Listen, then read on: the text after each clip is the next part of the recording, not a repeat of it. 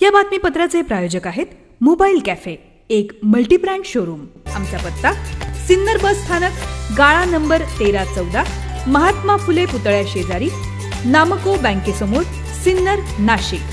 सिन्नर तालुका छायाचित्रकार संघटनेच्या वतीने जागतिक छायाचित्रकार दिनाचे औचित्य साधून तालुक्यातील वाघदरावाडी येथील जिल्हा परिषद प्राथमिक शाळेतील गरीब विद्यार्थ्यांना गणवेश व शालेय साहित्य वाटप करण्यात आले आहे। या कार्यक्रमाच्या अध्यक्षस्थानी संघटनेचे अध्यक्ष राम आव्हाड हे उपस्थित होते। तर कार्यक्रमाच्या व्यासपीठावर ज्येष्ठ मार्गदर्शक हरीश लोणारे, साईलॅबचे संचालक योगेश घुगे, माजी अध्यक्ष नारायण आबाळे, रामहरी वारुंगसे, समाधान कुराडे आदी उपस्थित होते।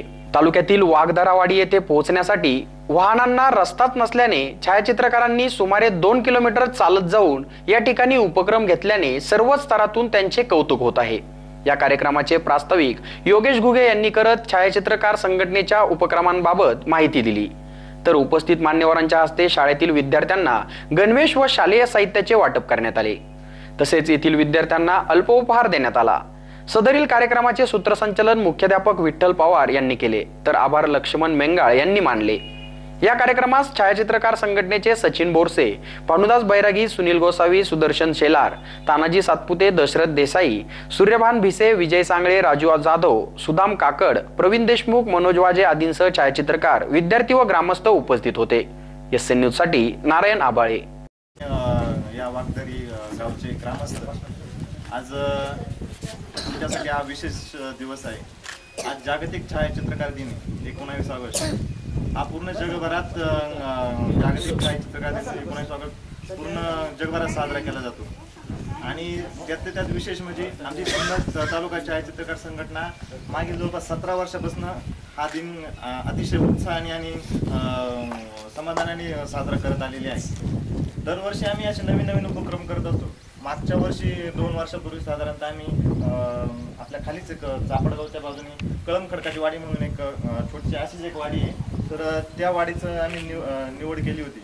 आणि विद्यार्थ्यांच्या गरजा आणि त्याच्या मागचं दुसरं उद्दिष्ट म्हणजे सरकार आणि शासन यांना तिथल्या लोकांच्या समस्या काय, विद्यार्थ्यांच्या समस्या काय या निदर्शन आणून देण्याचं काम आमची संघटना करत असते।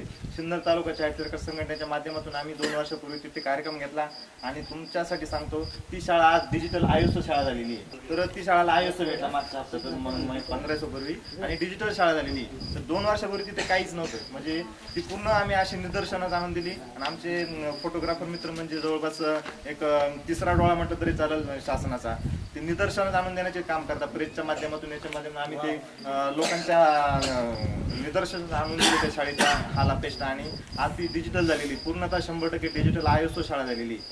तर सांगायचं तात्पर्य असं का आम्ही अशा शाळेचे दरवर्षी निवाडा करत असतो का जिथं खरंच गरज आहे, विद्यार्थ्यांना गरज आहे, त्या पालकांना गरज आहे आणि गरजवंत शाळेची निवड आम्ही आज आमचे मित्र भानुदास बैरागी यांनी सुचवलं का अशी शाळा आहे, दुर्गम वस्तीत आहे, तर सर्वांनी अनुमती दिली, संमती दिली आणि तुमच्या शाळेची निवड केली। तर दरवर्षी जागतिक छायाचित्रकार दिनानिमित्त आम्ही हा कार्यक्रम घेत असतो।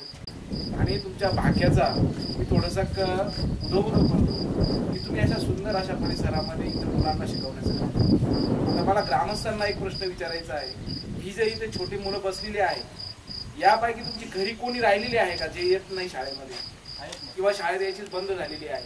शाळेत येतात, म्हणजे असा एकही छोटा विद्यार्थी नाही जो घरीच बसलेला आहे। आज मला एवढीच विनंती आहे सर, एक सुद्धा विद्यार्थी घरी बसता कामा नये, तो इथे येऊन या प्रांगणात बसला पाहिजे। हेच भारताची खरी संपत्ती आहे, आपल्या महाराष्ट्राची संपत्ती आहे। मित्रांनो, तुमच्यापैकी कविता कोणाला येतात इथे छोटी मोठी? काही तू बघ इकडे समोर, तुला कविता येते छोटी? सांगा आम्हाला, तर मी तुम्हाला कविता म्हणून दाखवतो। हे बघा, ऐका पुढे, सगळेजण पुढे बघा। ऐल तटावर पैल तटावर हिरवाळी घेऊन, निळा सावळा झरा वाहतो बेटा बेटा तुनी। निळा सावळा झरा म्हणजे काय? हे बघा, हे जे पाणी वाहत ना याला निळा सावळा झरा म्हटलेलं आहे कवीने, बालकवी डोंबरेंची कविता सारी। आणि खरोखर या गावाला आल्यानंतर मला असं वाटायला लागलं मी बालकवींच्या गावाला आलेलो आहे।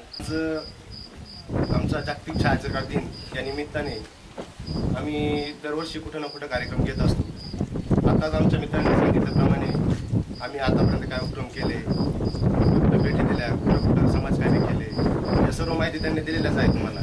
याच्या आधी बी आम्ही आता त्यांनी सांगितले कळंबघाटाची वाडी ही आमच्याच गावामध्ये सर चापडगावमध्ये अतिशय उत्कृष्टपणे त्या सरांनी प्रयत्न करून आमची शाळा खूप पुढे नेली आहे. आणि तसंच त्याचप्रमाणे परत गावातल्या शाळेचा त्यांनी पाठपुरावा करून त्या शाळेचा खूप विकास चालवलेला आहे. पण यासाठी ग्रामस्थांची पण खूप मदत पाहिजे असते.